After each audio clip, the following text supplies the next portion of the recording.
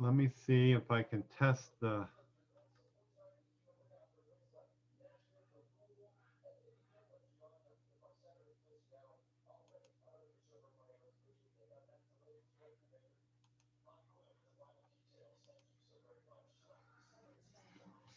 Well, it looks like we're in. Let me see. Let me move this out of there.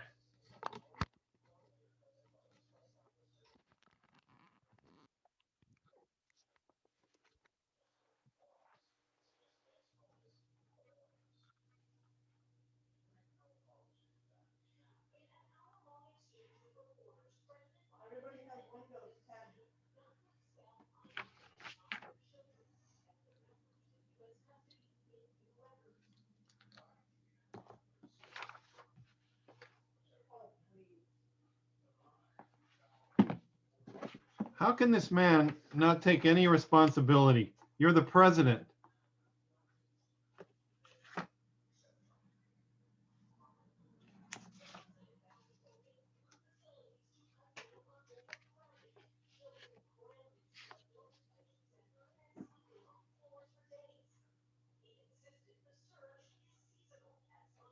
Seasonal, Barbara. He says it's just seasonal. The surge of immigrants. That's bullshit. Oh my God. And if anybody believes that, then I'll sell them some swampland in Florida.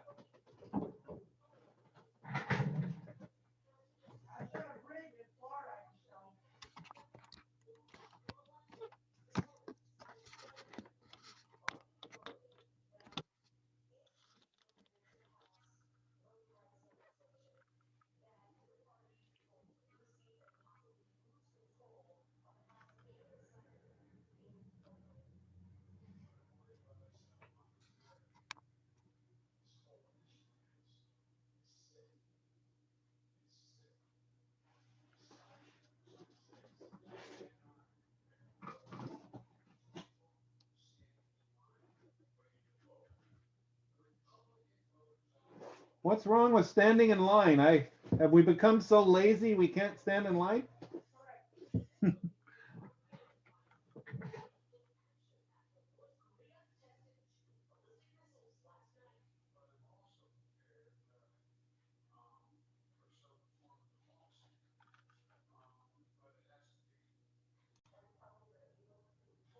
Where are you from, Gary?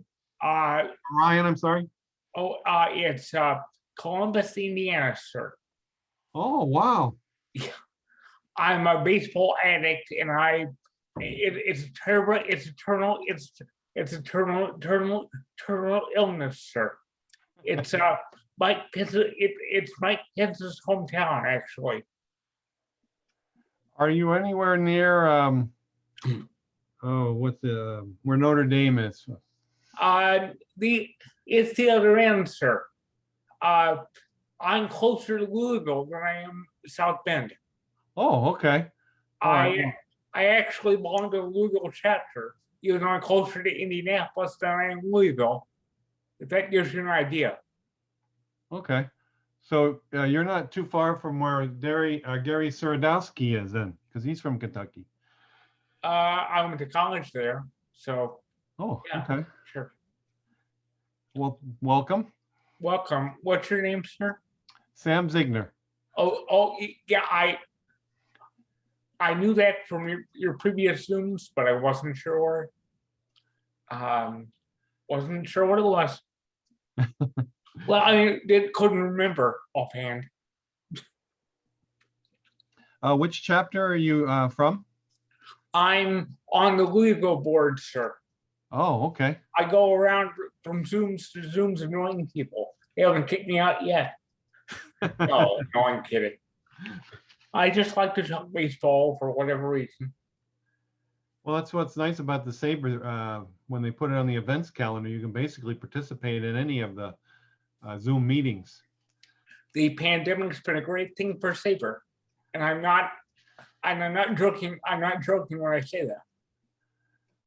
Well, the thing is, in the future, I think we may continue to do these meetings because we used to do meetings at a library in a conference room. I guess they call it a conference room. And of course, you know, it took a little bit more organization and setup and so forth, where this is really convenient for people. You don't have to drive. Some of our members would come 30, 40, 50 miles away just to come to the meeting. Now you can just sign on and do it on your computer. I usually go 150 miles round trip to go to a meeting, Yeah. and I'm disabled. So that means I have to have somebody drive me. Yeah, that's especially challenging for you. But I was actually on a Zoom meeting Saturday in Chicago. Maybe you heard about it. And Bobby Dernier was the guest, and Ryan Sandberg popped up on it, and they chatted for like over an hour Oh my gosh. together. You know, I mean, it was like being in a bar in Wrigleyville, just listening to his swap stories and stuff. Oh, that had to be classic. That Wow. was classic. You want to check the Zoom of that one out. Just because the interaction between the two of them and giving each other hot puts and stuff, and you know, pranks and stuff and whatever. I know I'm on Gary's email list, but I must confess I haven't seen any of his work, so I'm looking forward to this tonight. Yes. Well, you know, I was always impressed with his work. I especially like the way he puts his designs together and everything, and the topics. You know, he uses a lot of the players from the minor leagues or people that have done things that you normally wouldn't think of. Mm-hmm. Well, like what? Well, for as an example, he brought up a player named Milt Rosie Rosenstein, which I wrote about in my book, Baseball Under the Palms.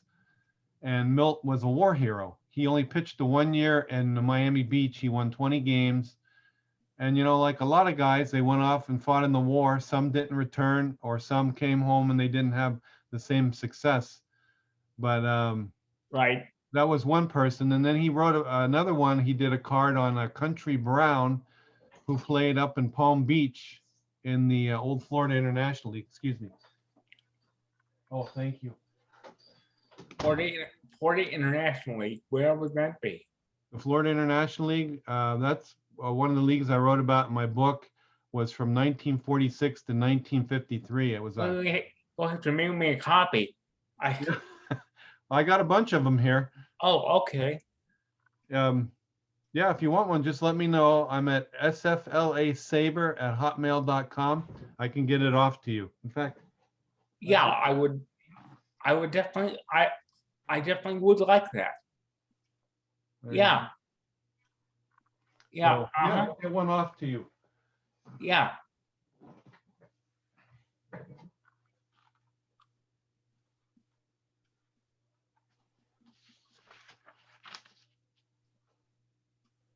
I guess it's still a little early for everybody. We're about 10 minutes away. You want my address now, or? Yeah, I'll go ahead. Okay. You want to take the Take it recording down. off? You want to take the recording off first? Okay, let me see. Let me pause it here. Oh, All right, I went ahead and turned it back on. gotcha. Thanks for talking to me. No, thank you. I'm glad you were able to participate today. And Yeah, I don't know, we have Jim coming in now. Me too. Looks like he's a Sox fan. I can see the Chicago White Sox moniker there. I may have to leave. No.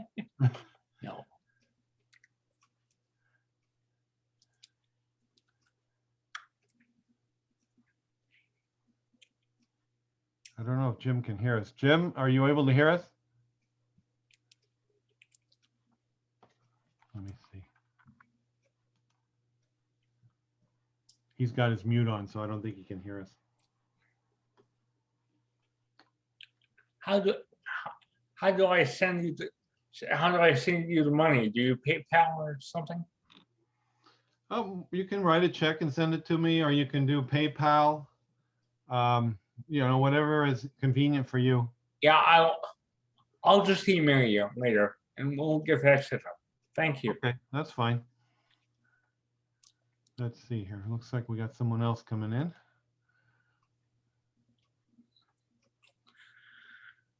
Dixie is coming in.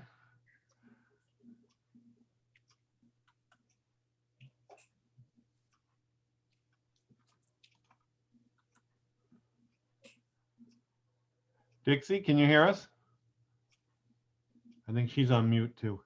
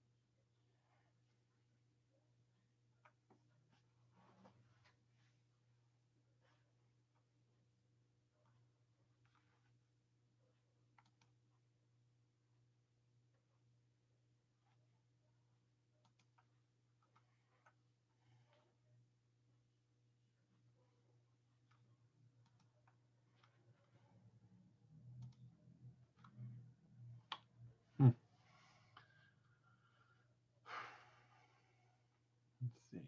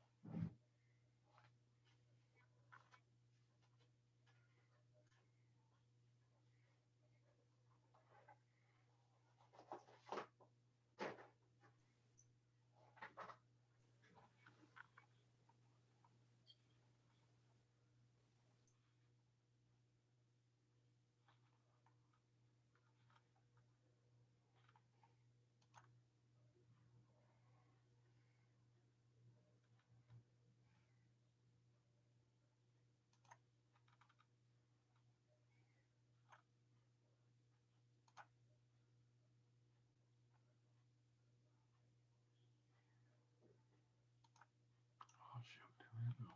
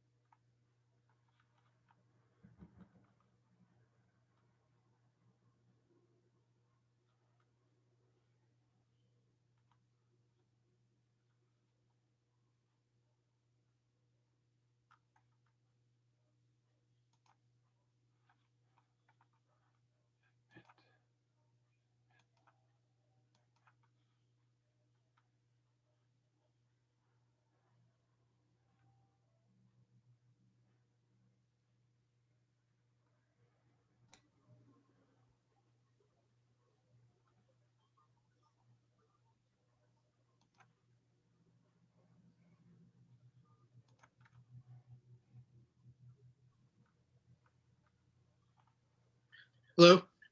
Oh, Gary, how you doing? Good. How are you? I just popped you up. Okay. I'm not the most technically savvy person, so I'm doing my best with this. Hey, I'm the same way. So I think we have a few other people coming in. Okay. Craig, can you hear us? I think he's still connecting. Sheldon, can you hear us? Yes, I can hear you. Oh, okay. I see you there, Sheldon. Okay, cool. Welcome. Okay. How you been? Good. Yeah, how you been? No complaints. Doing okay. Good. Hanging in there. Yep, me too.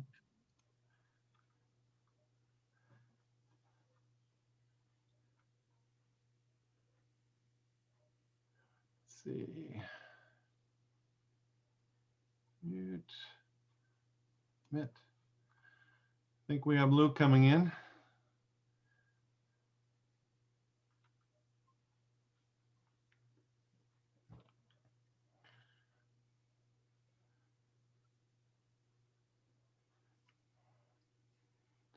Luke, can you hear me?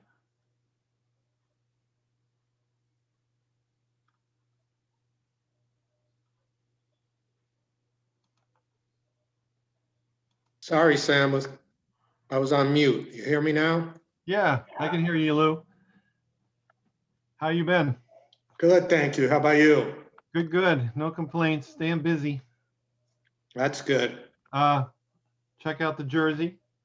Ah, I love it. Where's that from?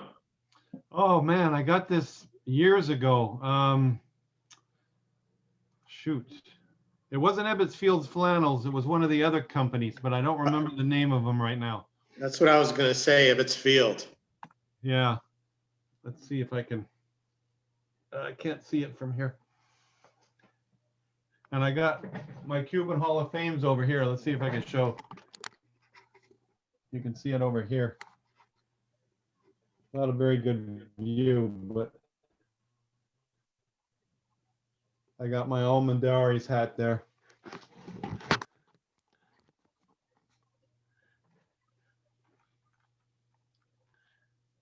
See, we got quite a few people coming in. Oh, I see you now, Lou.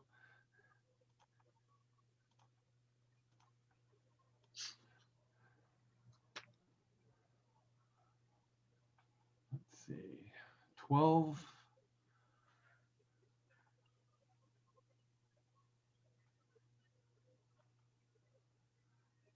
Okay, I see David coming in, Dan, Rick. Hey, Rick. Hey, Paul. How you doing, Sam? Good, good. Hello, everyone. Hey, Paul. Mhm. You know, Paul, I saw recently on YouTube, there was a new video somebody posted about, Rube, yeah, you saw it? a friend of mine sent me the link, Oh, okay, cool. so I'll Is it- have to check it out and see how it jives with stuff that I did, what seems like forever ago.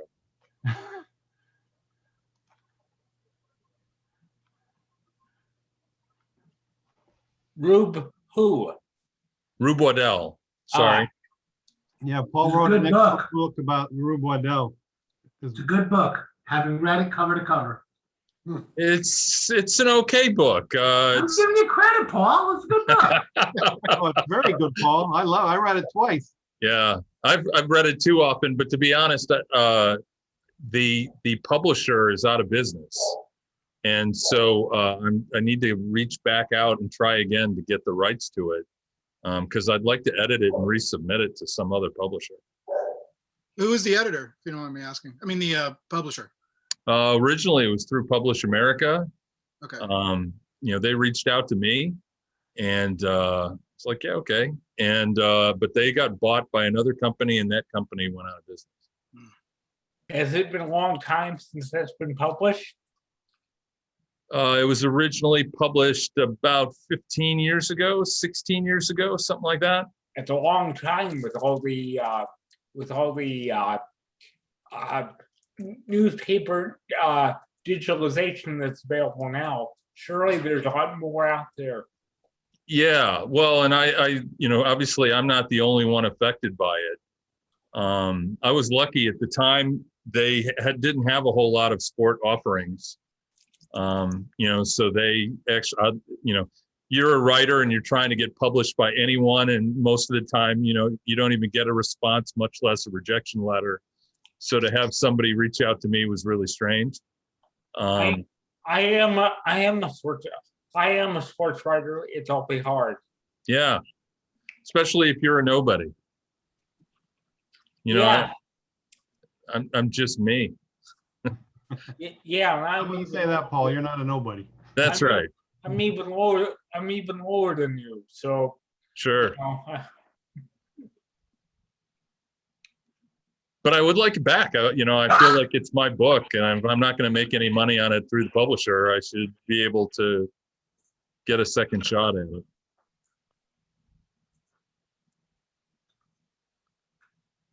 Well, it looks like we still have a few, well, let's see. We're a little bit after 7, and I know SABR gives us only a certain block of time, so we should probably get started. I do want to welcome everybody out. We've got people coming in from 3 different chapters, as well as outside of the Florida area. Ryan is from a chapter in, where was it from again, Ryan? Louisville, Sam, actually. And I wanted to ask Paul if his book was a $10,000 limit.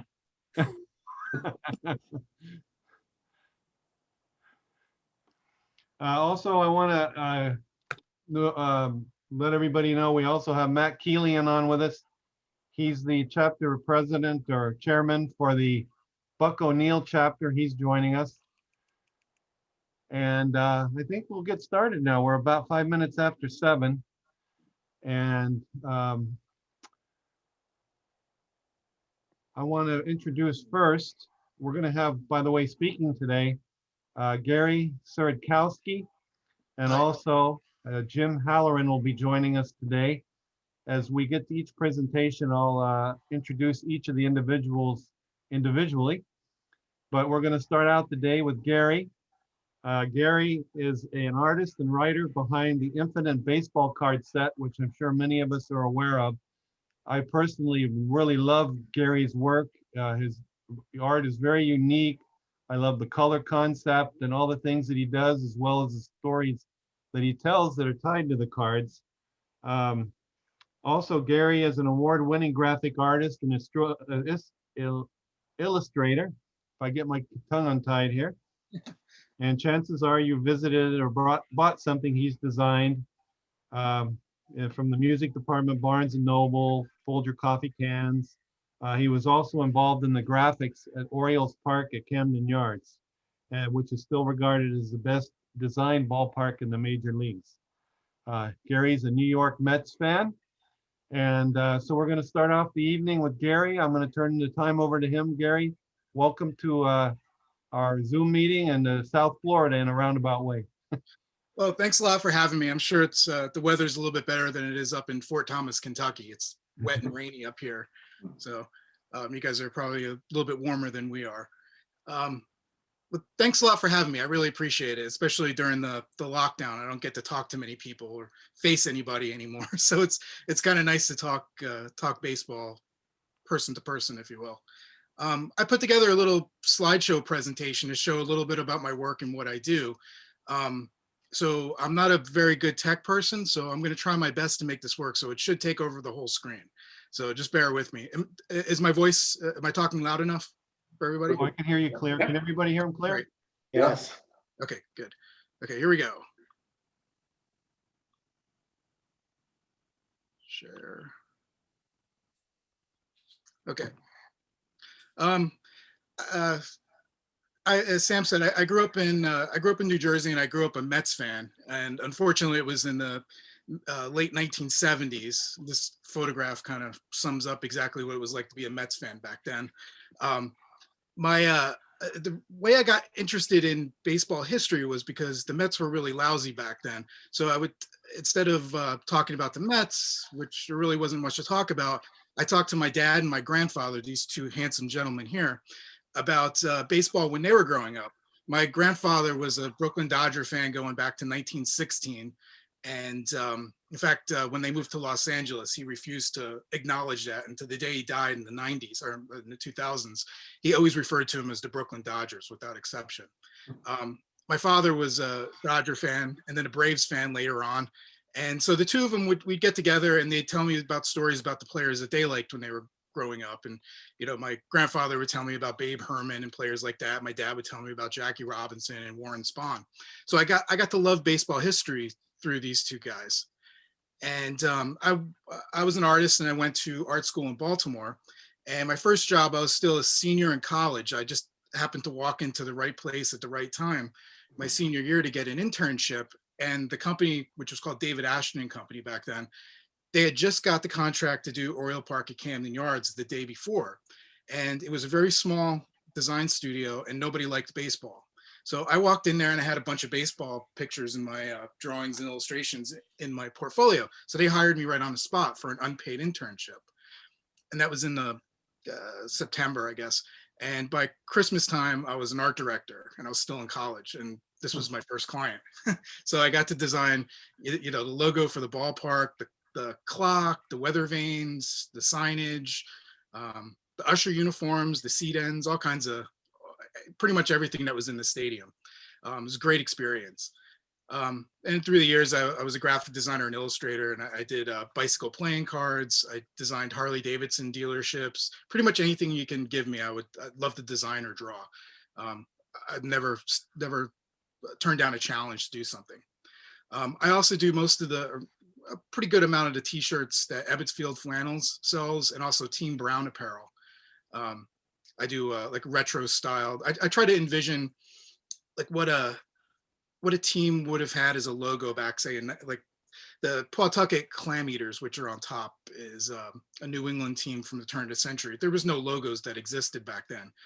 But because I like the history of graphic design, I'm able to kind of put myself into the position where if it was 1906, what would a logo look like? And that's the way I try to do all these different teams and t-shirts for different companies. So going into 2009, I was living out in Hollywood, and my father, who was very close to him, we talked about baseball 5 days a week at least. He still lived in New Jersey, and he died suddenly. And I was living out in California, and none of my friends liked baseball, so I had nobody to talk about all the interesting characters that my father and I would discover and tell to each other. So this was winter of 2009, and I was missing my father one night. And like I said, I'm not a big tech person, but I didn't know what to do. I had all these feelings about my father, and I just started a blog. I just looked up how to start a blog, and I started I did a little drawing of a baseball player. And because it just looked silly by itself on this blog, I wrote the story that went along with it. And it wound up looking something like this. From Ricardo John.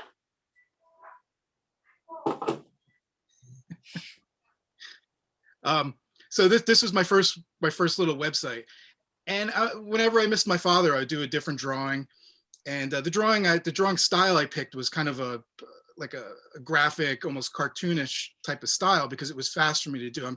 I paint and I do colored pencils and watercolors and pen and ink, everything, and this was just a fast way to get something done that I didn't have to waste a lot of time. So I started posting once a week or something like that. And next thing I know, all these people were logging onto it, and I was on ESPN, and I got into a couple of newspapers, and it just caught on really quick. And my style was kind of interesting because I wouldn't just copy a photograph of a ball player. I wanted to show a different view of a player that didn't exist. So I didn't want to just take a picture of Satchel Paige and draw that famous picture of Satchel Paige. This is Steve Dalkowski. There's not that many photographs that exist of the guy. And I wanted to illustrate Earl Weaver teaching him to throw the ball through the tire, which helped him work on his accuracy. So there's no photograph that existed. I just made it up. So I wanted to do these players, but I wanted to show them in a way that nobody else could. Same thing with Jim Thorpe. I think there's one photograph of when he played with Rocky Mount before he was in the Olympics. Same thing with a lot of Negro League players. There's not many good photographs. So I try to envision these guys and put them in an environment that nobody's seen before. That little website just kind of caught on, and it turned into my book, The League of Outsider Baseball, that Simon & Schuster published in 2015. And in this, I was able to use my drawings and also my writing. The players that I like to do, I don't like to just show, say Mickey Mantle on the Yankees, because everybody knows that story. So I like to illustrate and tell the story, write the story of players like Joe Jackson when he was in the minor leagues, or Lefty Groves when he played for the Baltimore Orioles, or Joe DiMaggio when he was playing with the Seals. So it's a famous guy, but it might be a story that some people aren't familiar with. Then I like to do players that are like home run heroes in the minor leagues that you might not have heard of, or Negro League players, and international players like Hector Espino, the great Mexican home run leader, and Polish ball players from New Jersey, the Black Sox, and just guys that really interested me, like Earl Huckleberry, who pitched and won one game for the Philadelphia Athletics and then went right back to the semi-pros and never played again in professional baseball. So I just like envisioning these guys and bringing them to life. Most of these guys only exist in blurry black and white photographs in newspapers. The way I find my stories are just kind of haphazard. I was working on a story on Eddie Matthews when he played for the Atlanta Crackers when he was in the minor leagues in the early 50s. And through that, I was trying to identify a home run that he supposedly hit into a magnolia tree, but it was hard to find any type of dimensions for the ballpark because there was no outfield fence and it was a real strange place. But while I was working on that story, I found a write-up about a plaque that was on the wall of the stadium, and it talked about 5 players that were killed during World War II. And there was this one guy, his name was Rosie Rosenstein. And I wrote it down, put it in my files. It just sounded like an interesting player. So I wound up later on researching the guy. It turns out he played the 1941 season in Miami Beach, one year professional ball, won 20 games, and then was drafted and wound up being killed in action in the Philippines in 1944. They had this great story behind him. And that's how I find most of these players. Another way is just, what I'm gonna do is I'm gonna take you through one player, like how I go from the story to the illustration to the finished product. So I was researching something in a Southern newspaper from 1927, and I ran across, just by chance, the article next to what I was looking at talked about this guy, Irish Jack Leroy, and how he was, the New York Giants paid all this money for him and they were bringing him up at the end of the season. Well, I never heard of him, but they were making a big deal about the guy. So I started looking into it, and he won 22 games for the Charlotte Hornets that year, and he also hit 300. So John McGraw was really eager to bring him up. So I tried looking him up in some of my books in my library, and I couldn't find anything on the guy. So I did a little bit more research, and it turns out that his name wasn't Irish Jack Leroy. It was Jake Levy. He had changed his name. He was Jewish. And so the New York Giants wind up signing Irish Jack Leroy. By the time he shows up in New York, he's Jake Levy, because John McGraw was always looking for this great Jewish ball player to bring all the fans to the polo grounds. Well, he never wound up playing in the major leagues, but he wound up playing something like 25, 26 years in the minors, won 200 minor league games, and had a really interesting career. So I was thinking that that's a guy I would like to do a story about. So I started amassing all the information I could find, from newspaper articles to any type of photographs I can find. This is typical of the quality of the newspaper photographs that I usually work from. And I put all this into a folder until I amass enough stuff. Another way to find out photographs of people is the old Reach and Spalding guides. They have these great photographs of teams. A lot of the minor league teams actually had their pictures in these guides as well.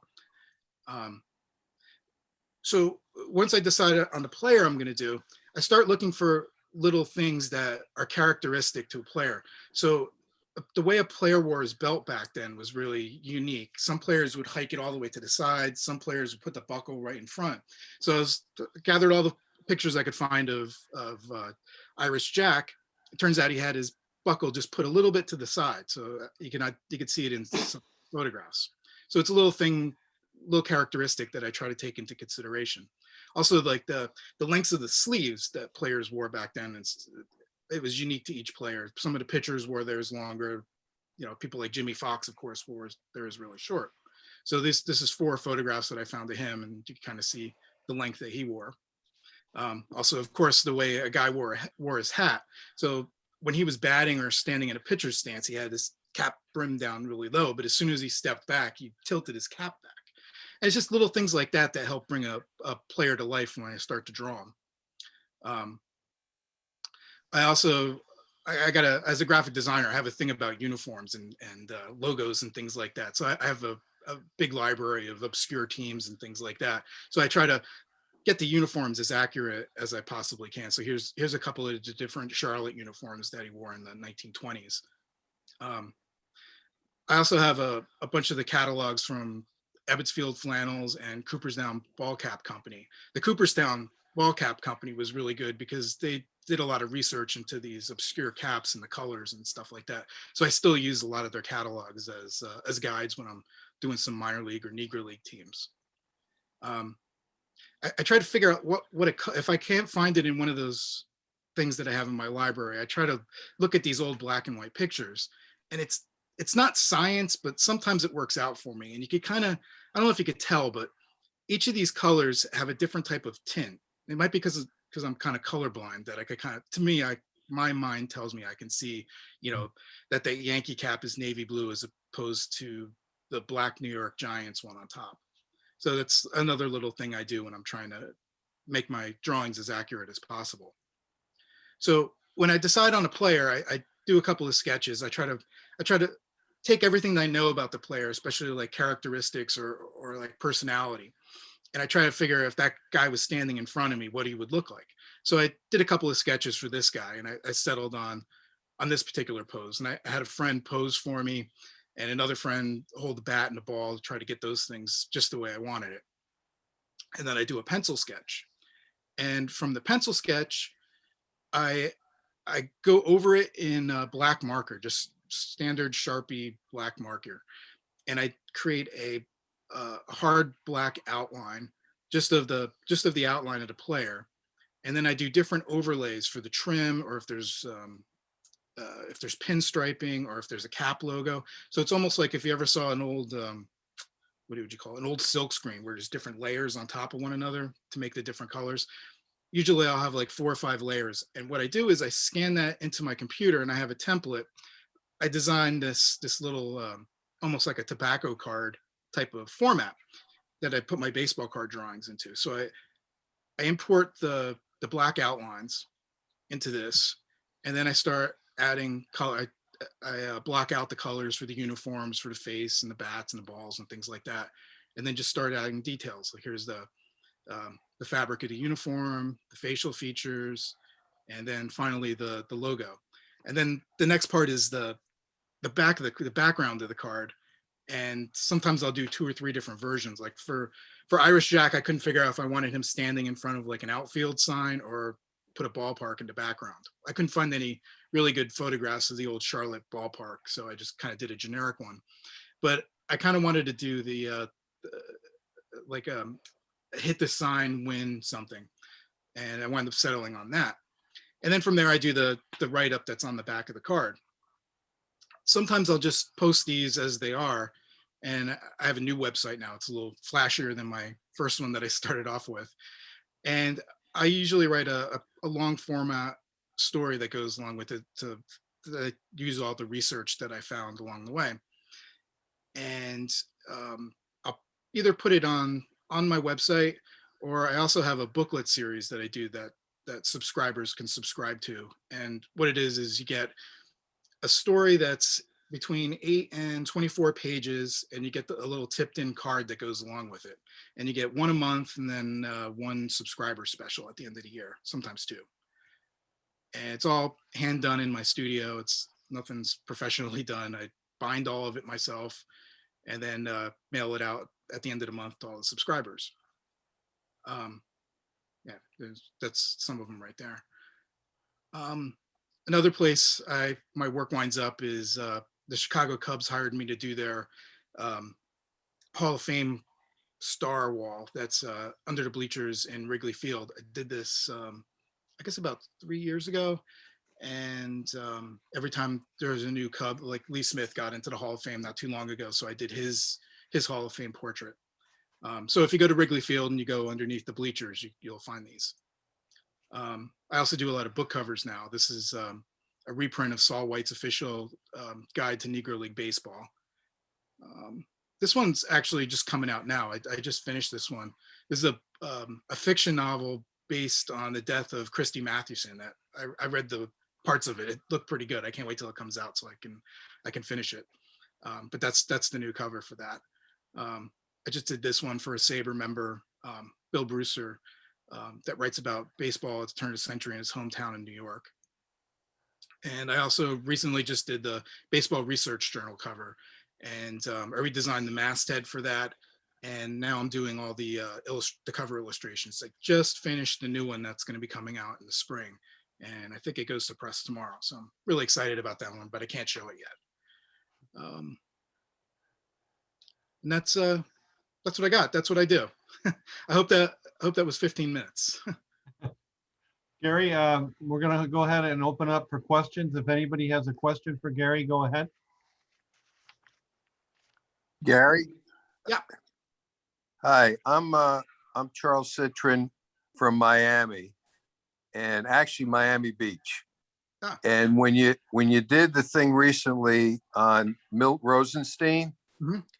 I grew up in that park playing ball there, and I remember the old bleachers. Now there's some new bleachers, and I thought the way you found it was just fabulous. When you went to to Atlanta and found his name and figured out that he never played for the Crackers, and did the research.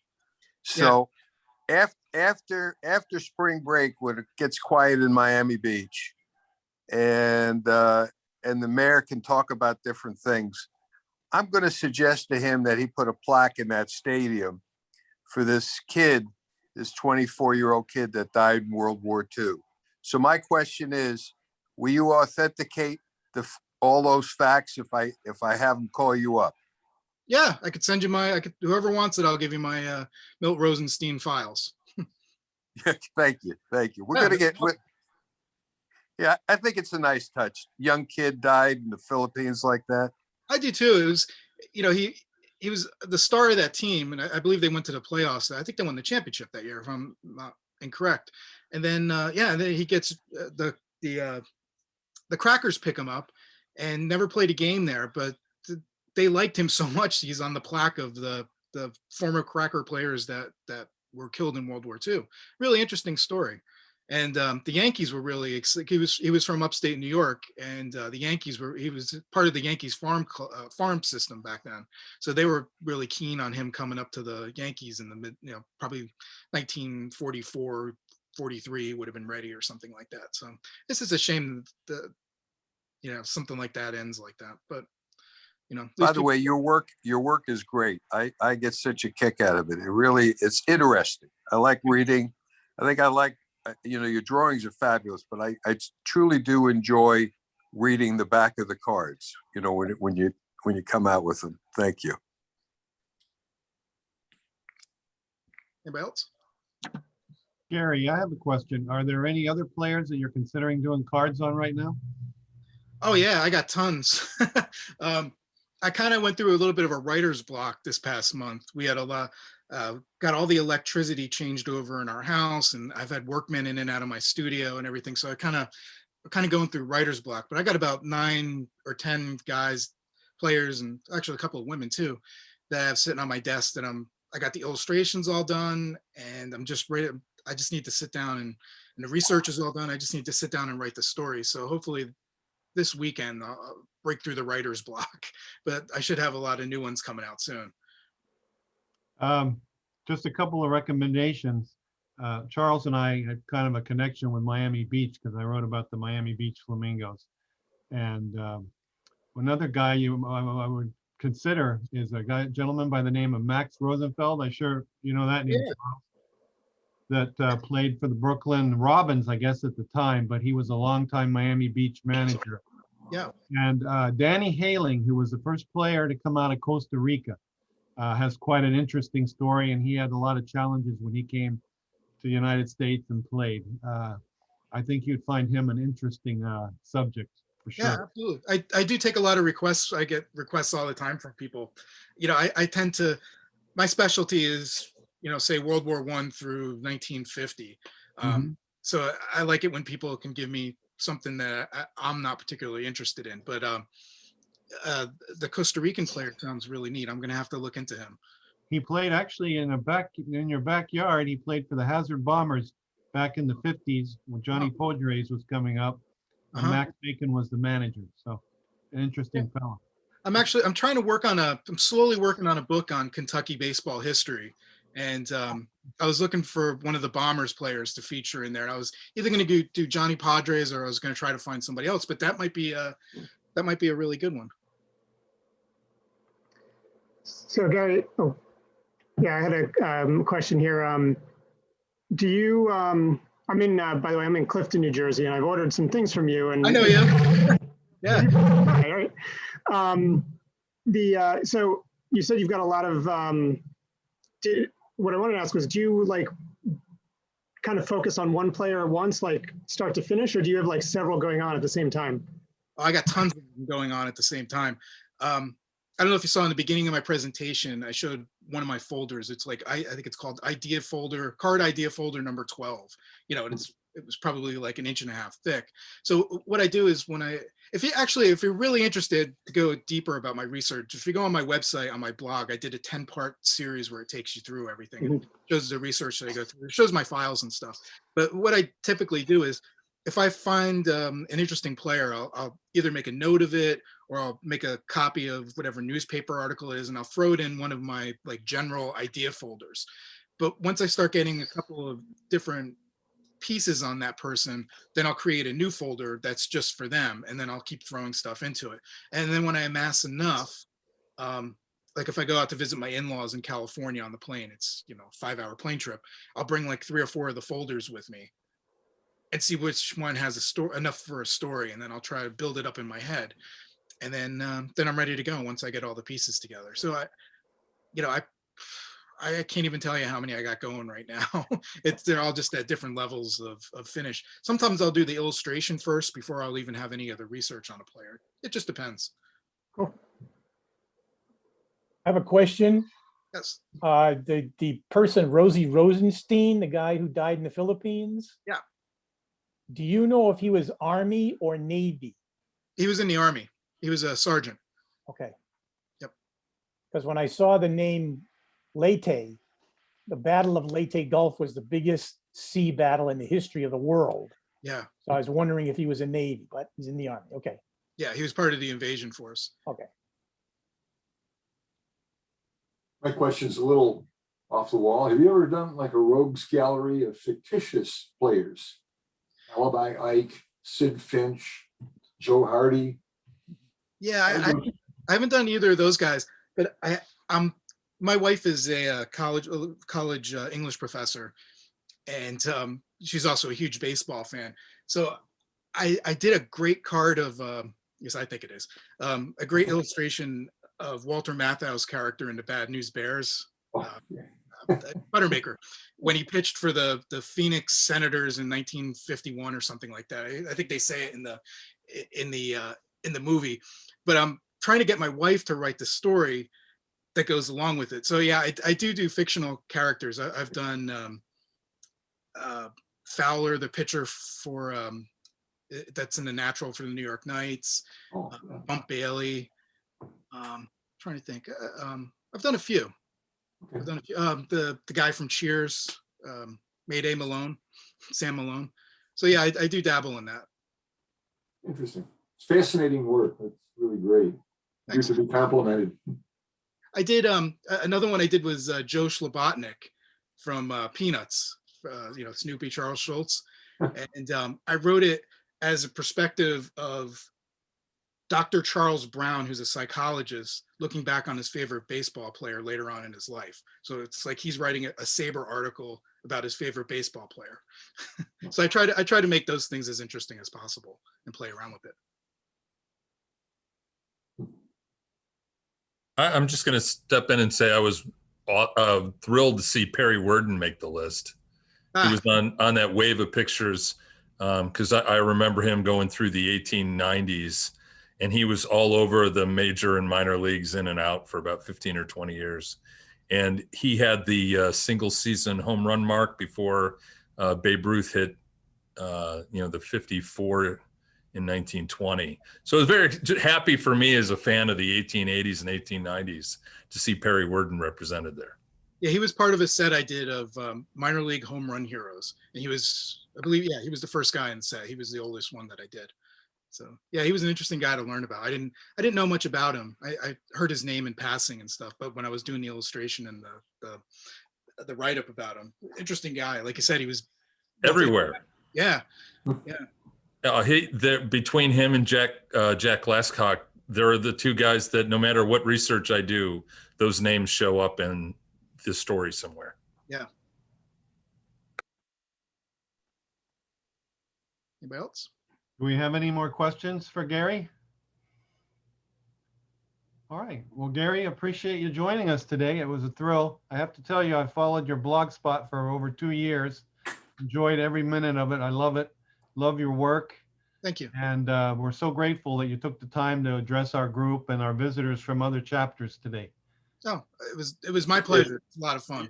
Like I said, it's tough being locked up. Are you going to stay with us tonight? Yeah, if you don't mind. Sure. We'd love to have you. All right. Well, I'm going to go ahead and go on to our next speaker, and that's going to be Jim Halloran. I'll just give you a bit of an introduction for Jim.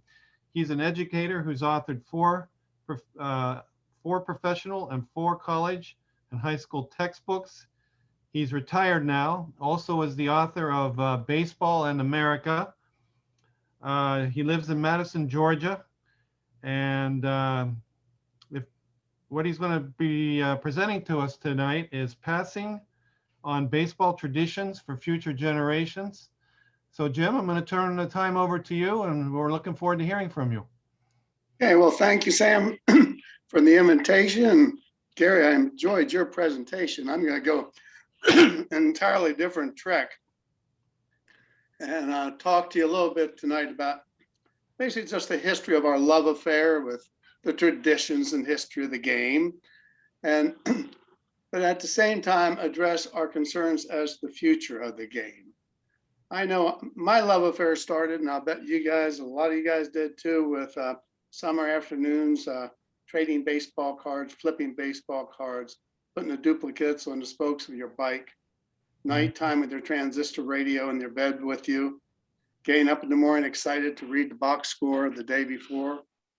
And boy, the thrill of going to see a game, whether or not it was a major league or minor league, is just tremendous memories that stay with us all of our lives. Whether or not we're passing on this legacy is a concern.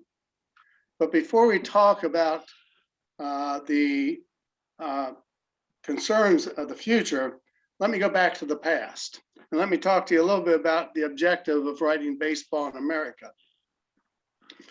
I wrote this not for you guys. I wrote this for that casual baseball fan that I want to bring into the group.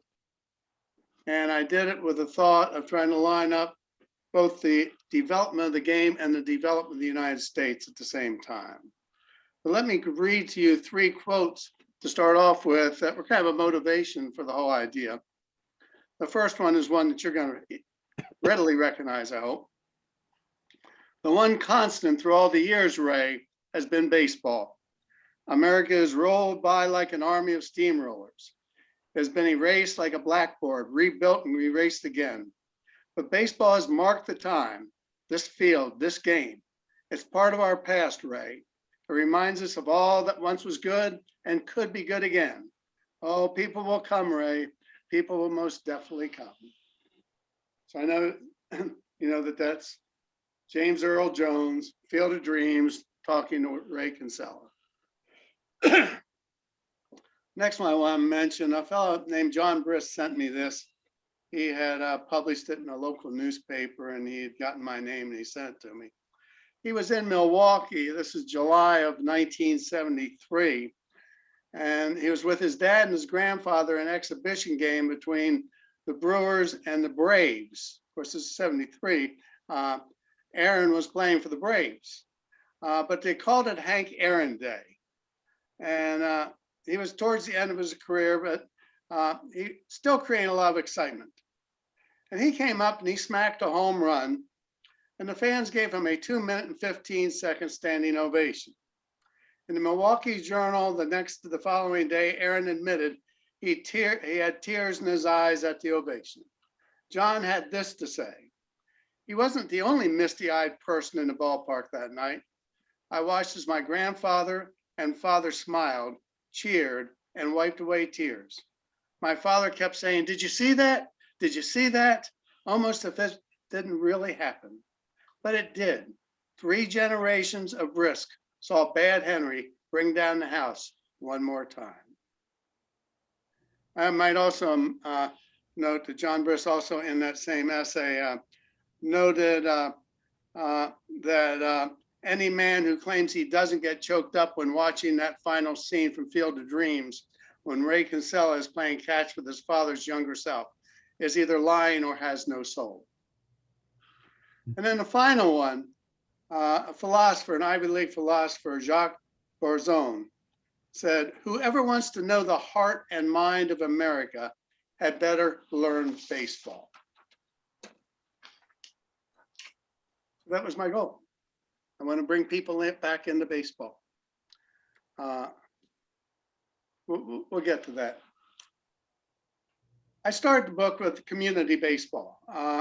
That's what set off the popularity of the game. After the Civil War, the soldiers came back. They had been playing some form of baseball in their encampments. They brought back their community. The community started forming teams, and the popularity of it grew tremendously. We have up here, I live up in Northeast Georgia, not too far from Royston, Georgia, which is the birthplace, of course, of Ty Cobb.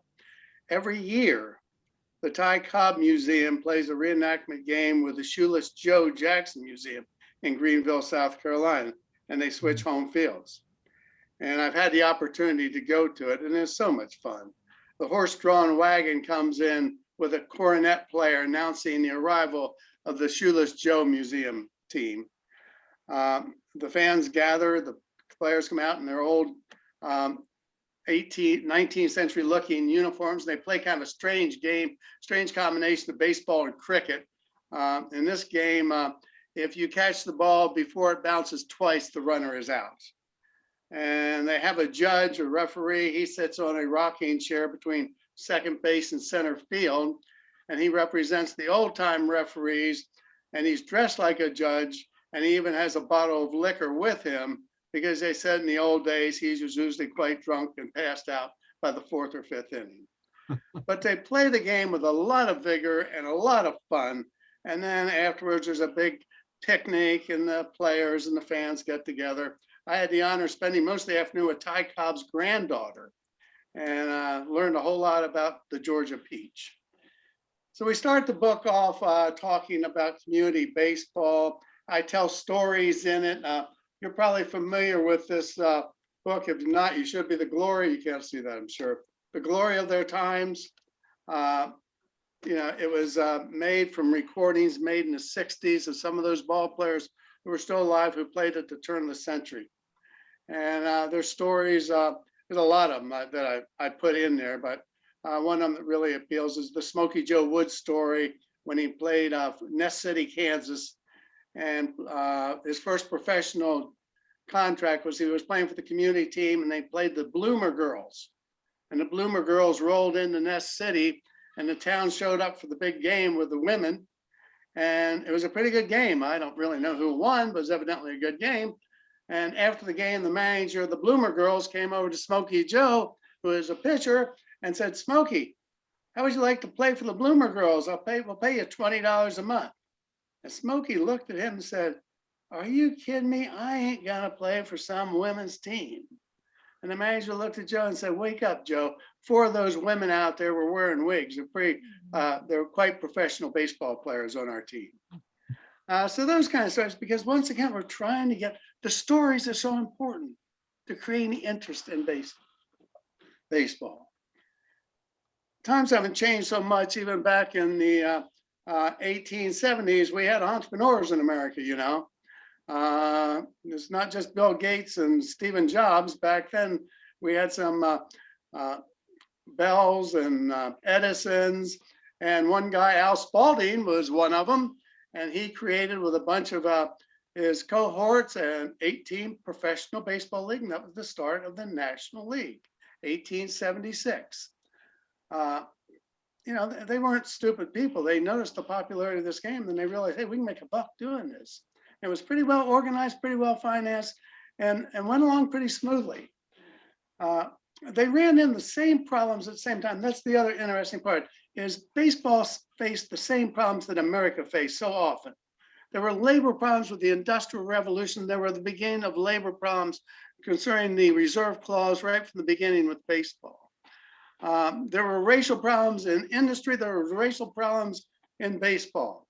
A lot of people don't realize that in the beginning, 1876, there were Black professional baseball players playing with the whites. That lasted until 1887. Jim Crow laws were taken advantage of, and the owners, I think, maybe were a little bit afraid and threatened by the quality of play of the Black players.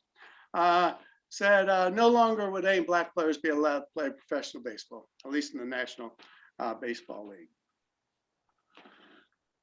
The Spanish-American War. You know, the Spanish-American War is really, at the turn of the century, is really the start of international baseball, because that's when we were sending soldiers over to the Philippines, down to Latin America, South America, and so forth, Spain, and they were playing baseball, and that started international baseball. It got to be so powerful. I mean, 1896, Casey at the Bat was written.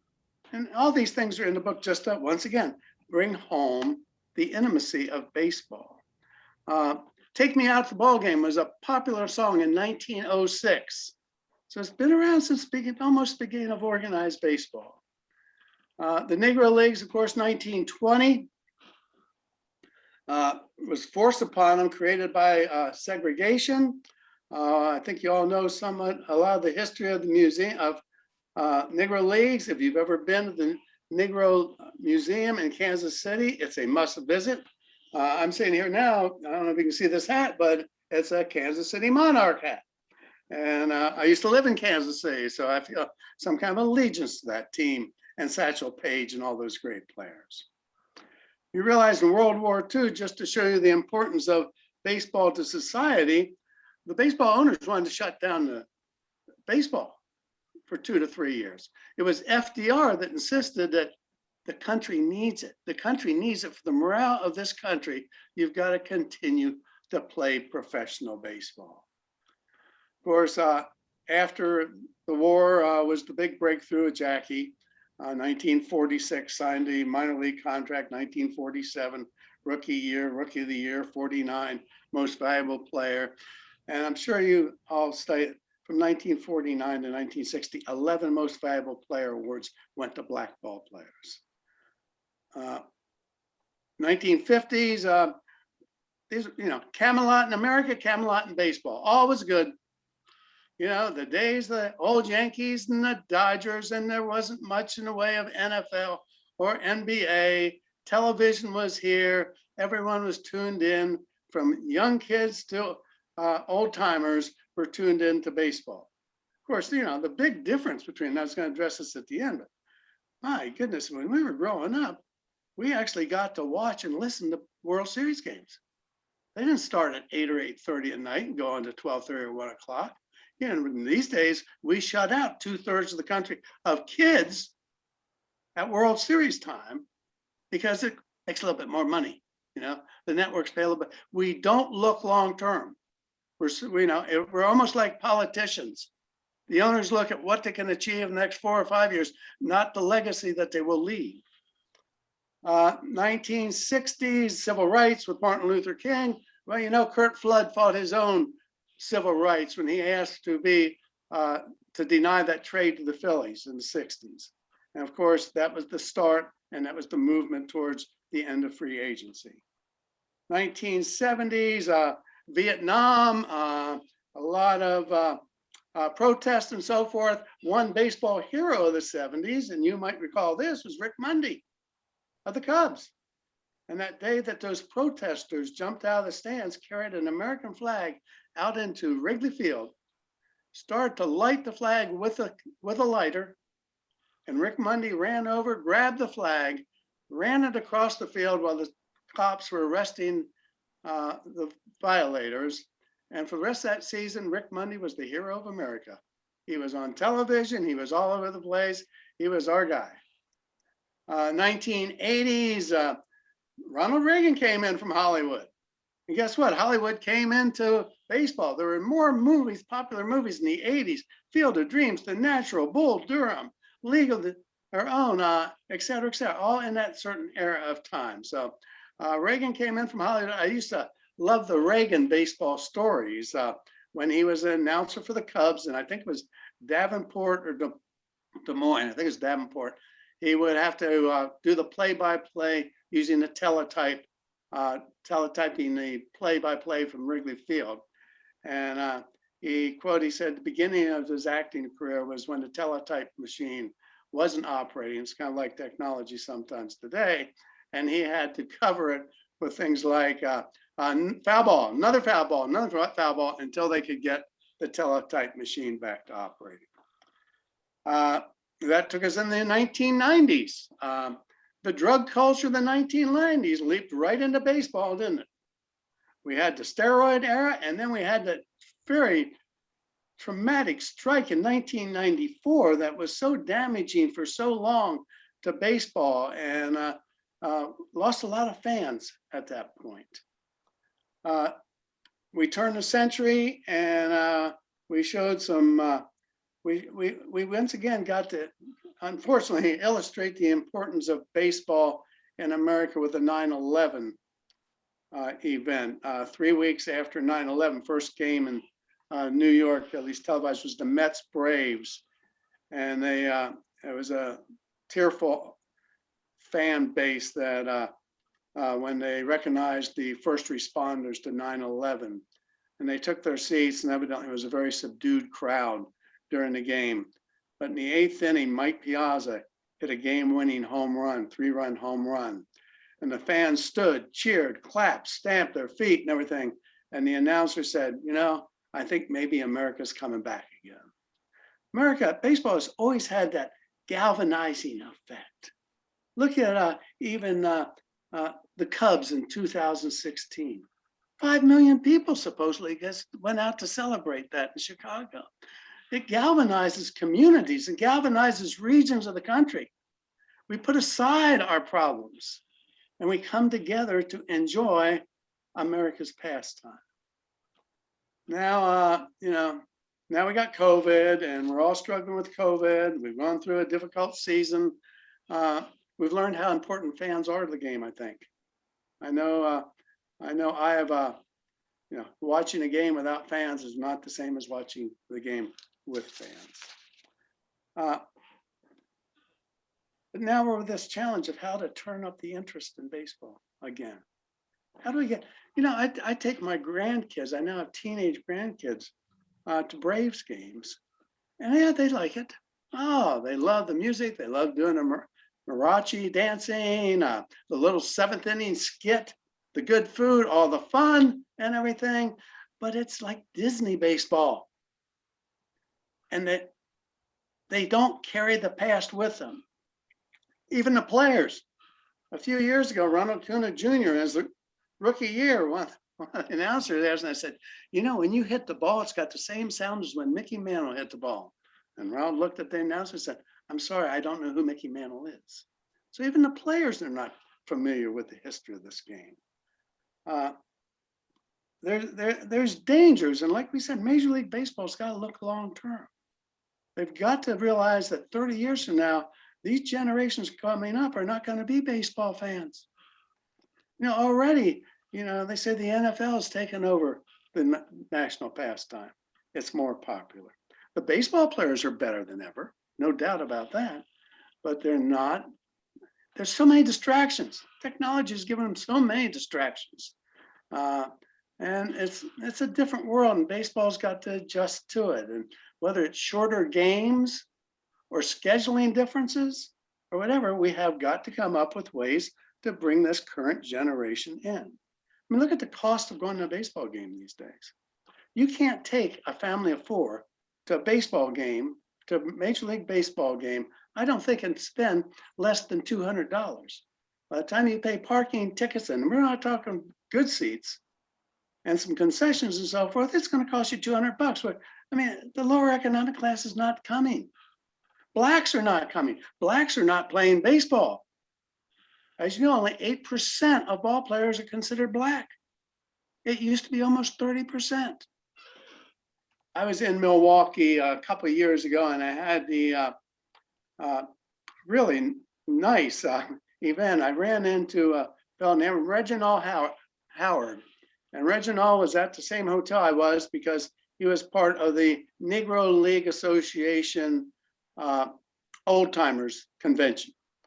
And there were only 6 of them there that were being honored. And Reginald was one of them. All the rest have passed away. And he had played for the Indianapolis Clowns. And he actually played in the late 40s, early 50s, but he was a bat boy for them back in the days of everything from Satchel Paige to all those later contemporary Negro stars. And he's, you know, he made some good points about the status of Black baseball.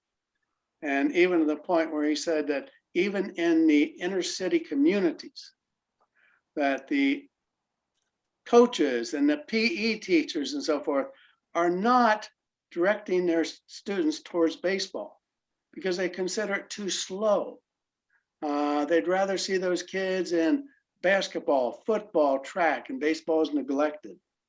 And somehow we've got to bring the minorities into play in watching baseball. Attendance is good, but it's not showing up in the history of the game and keeping the traditions. My thought, well, number one, let's get rid of the World Series all night games. Let's bring some day games back in the World Series. There's no reason. I know NFL is big competition. There's no reason you can't play Saturday and Sunday 4 o'clock in the afternoon games for let kids watch the World Series and start to get excited about that. You know, what can we do individually? Well, you know, take the casual fan to a baseball game.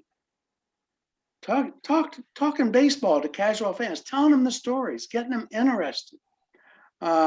Reach out to youngsters about some of the stories. Tell them about the Mickey Mantles and the Joe DiMaggios and the Ted Williams, and see if they can relate to them and learn something.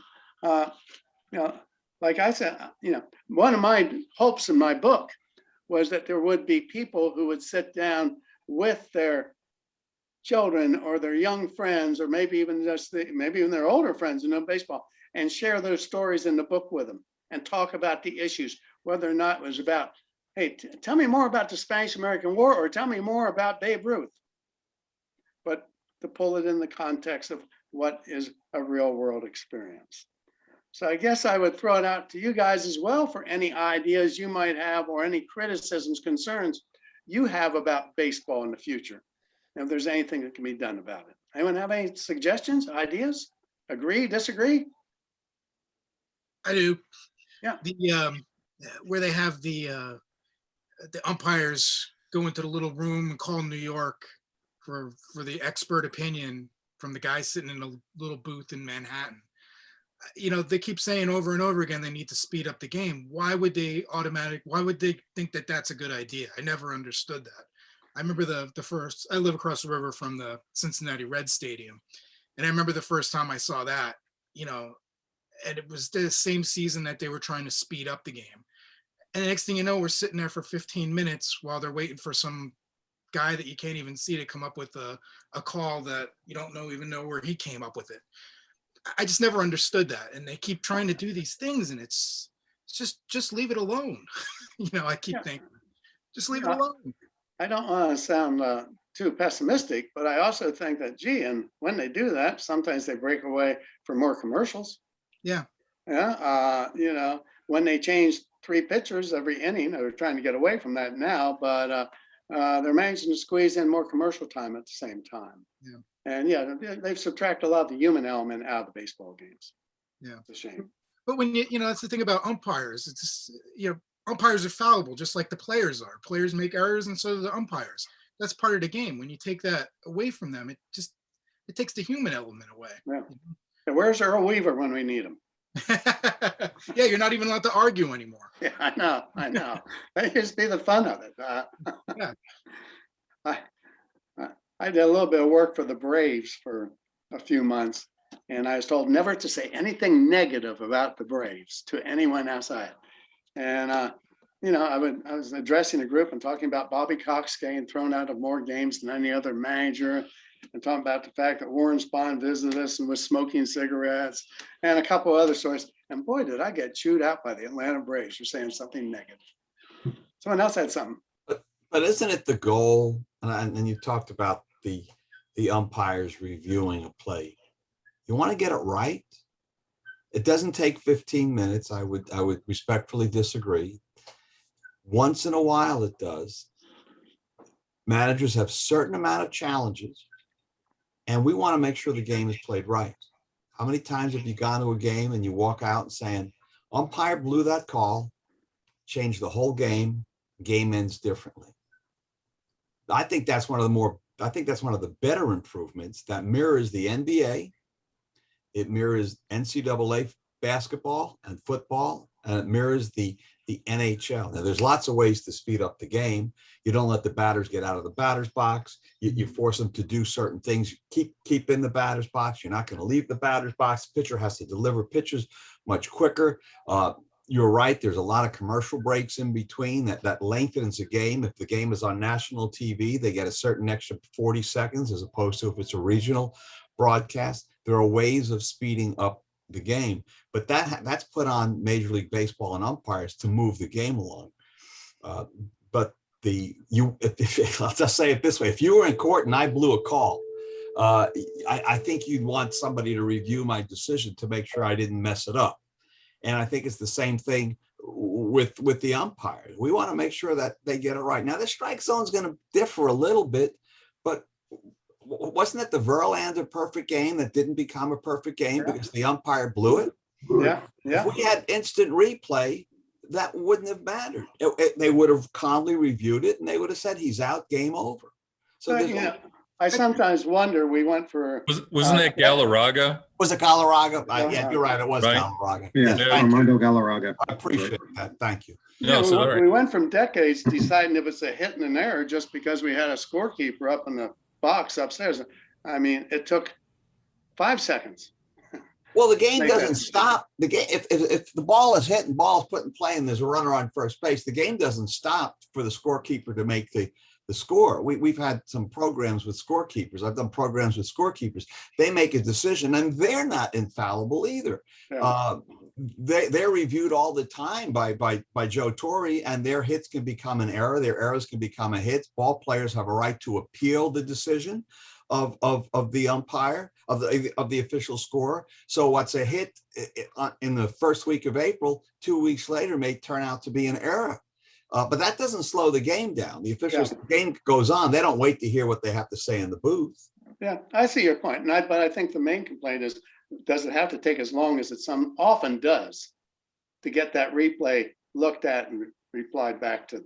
I just want it right. I go to a ball game. I want to know the call was right. I'm willing. And they only get what, two? Is it two challenges a game? And if you get or maybe one challenge, and if you get it right the first time, you get a second challenge. It doesn't slow it down that much. I think I want to know whether the ball bounced on top of the wall and was a home run or wasn't a home run. These are important things. Yeah. Okay.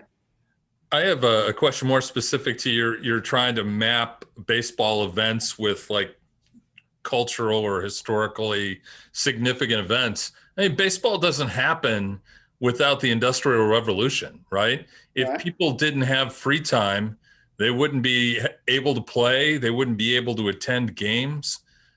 You wouldn't have audiences.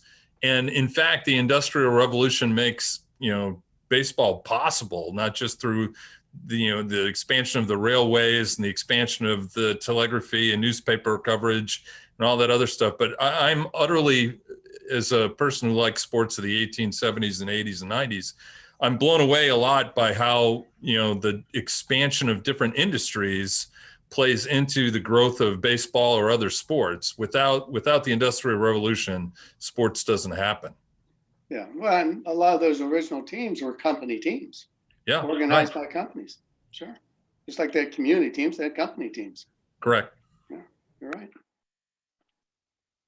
Let me ask you something here before I sign off here. I'm working on a new project that I call 7 Decades of Pennant Races. And I'm writing up every year's pennant races and not just writing up what happened in the pennant race, but a breakdown of every team and how they did that year. And it's becoming a long project, but particularly with expansion baseball and everything else. But I'm plugging. It's called a COVID disease hobby, I think, to take this on. But I'm moving right along with it, and I'd love to have some feedback and maybe focus group type stuff. If anyone would like to preview the first decade of this thing that I'm working, just drop me a note, jim@baseballinamerica.com, and within 10 days or 2 weeks, I'll send you down the first decade, and then I'll follow up a couple weeks after that and ask you some questions about it. So if you have the time and have the interest, I'd love to share it with you.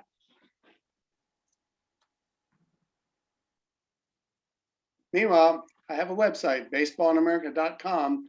We'd gladly take orders for the book. Before we go today, first, Gary and Jim, thank you for joining us tonight. And if Gary, first, tell us a little bit how we would see your product if we would like to buy your product, and or we could find your website, and then we'll have Jim follow with the same. Yeah, you could just go to my website, which is studiogaryc.com. Or you could just try to type my name into a web search if you can get all the letters in there. And there's only one. So yeah, everything's on there. You could see all the stories that I write are on the blog. And if you want to buy a book or anything else, you just go to the store, posters, all kinds of stuff. Yeah, that's pretty much it. I take requests for different players. So if anybody has any good ideas, just drop me a line. And thanks for having me. Thank you. And Jim? And like I said, the website is baseballinamerica.com. I'm at jim@baseballinamerica.com. Books also available through Amazon. It's a few dollars more at Amazon if you order it directly from me. And love to hear any kind of feedback or want to start any kind of conversation or anything. I would look forward to it.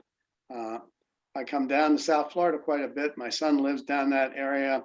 Run a few Marlins games. I think there's some hope down there this year for your Marlins. It all depends on those young pitchers. And I'll also mention from the Braves standpoint up here, maybe a little overconfident because we got the same situation. We're dependent on young pitchers too. And so you never can make any assumption about a new baseball season.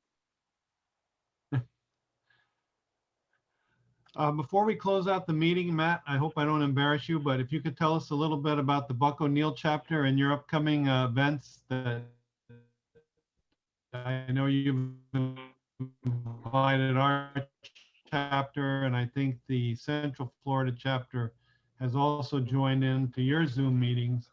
Just tell us a little bit what you may have coming. Can you hear me, Matt? Yeah, you're kind of fading in and out there. Sounds like there's a little bit of a connectivity issue there. But I did catch it, just basically talk a little bit about the Buck O'Neill chapter. We have monthly gathering on Zoom.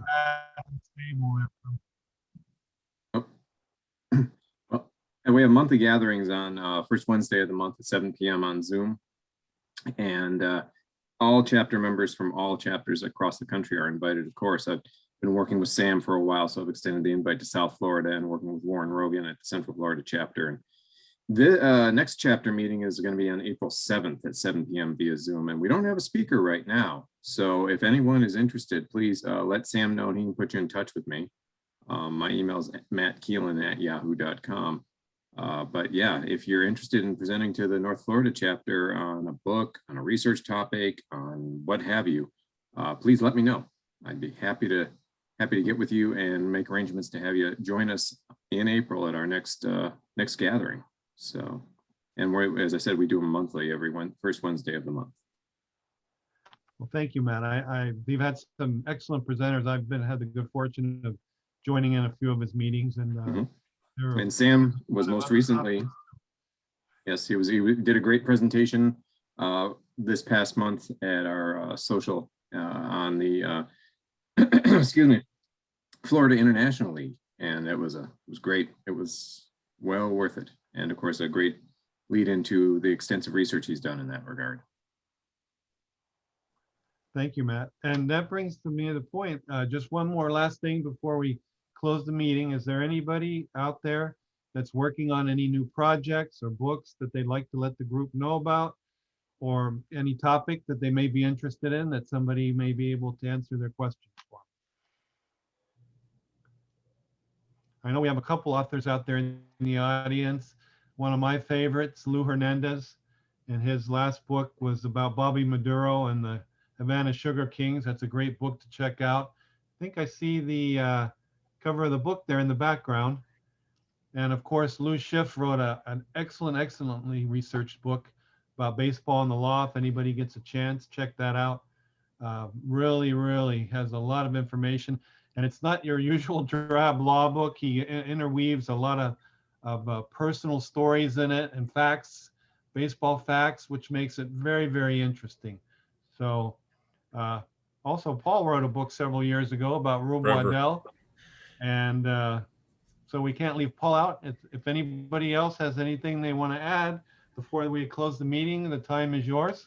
Yeah, I'd like to just throw out a props to the SABR Bio Project team, who's been cranking out a whole bunch of new biographies. All of these are full essays, not horribly long, like say my book, but 2,000 to 5,000 word essays about all sorts of players. I just went through Louis Santop, who a Negro League player from the turn of the century last century. Players of the 80s. Jay Buhner just rolled through. I'm willing to bet that we've posted about 45 or 50 essays in the last 2 weeks. So if you are on Twitter or on Facebook or wherever, if you can look up the SABR Bio Project and follow that, they have usually 3 or 4 posts a day. Somebody's birthday that day will wind up, making one of the posts, and you'll be able to read about players that you remember but didn't know, crazy details. One that just rolled by me that I got to review, which I thought was awesome, was Mike Schmidt. And we found out that Mike Schmidt is a 5-year-old, nearly died when he was climbing a tree over like a back garage behind his house, and reached up and grabbed a telephone wire and a power line. And when he hit the power line, he was fortunate to be wearing rubber-soled shoes so that he didn't take the brunt of the jolt, but he did take enough of it that it knocked him out and knocked him down. But he somehow managed to survive it. And were it not for some small bit of fate, we would not have Mike Schmidt. So there are all sorts of cool stories out there about players you've heard of, and a lot of players that we haven't. I mean, there are almost 20,000 major league players just in the National Association, National League, and American League. And now that they're adding more and more players from the Negro Leagues and the women's baseball leagues of the 40s and 50s, that collection of stories is awesome. So go ahead and give it a follow and see what's coming out. Something every week is coming out that you probably don't know about, but are fascinating stories. And that's my plug for the Bio Project. Well, thank you, Paul. Appreciate that. Well, it's time to, I guess, close our meeting tonight. I appreciate everybody coming out, supporting the chapter and supporting SABR. I guess next time we'll see everybody next month. And be sure also to check out the Buck O'Neill chapter for their upcoming events, and also the Central Florida chapter, which is headed up by Warren Rogan. There will also be, we're all kind of allying together to help each other out. And we'll see you guys next month. Thanks for coming out. Thank you, Sam. Thank you. Thanks, Sam. Bye, everyone. Bye-bye, everyone. Right.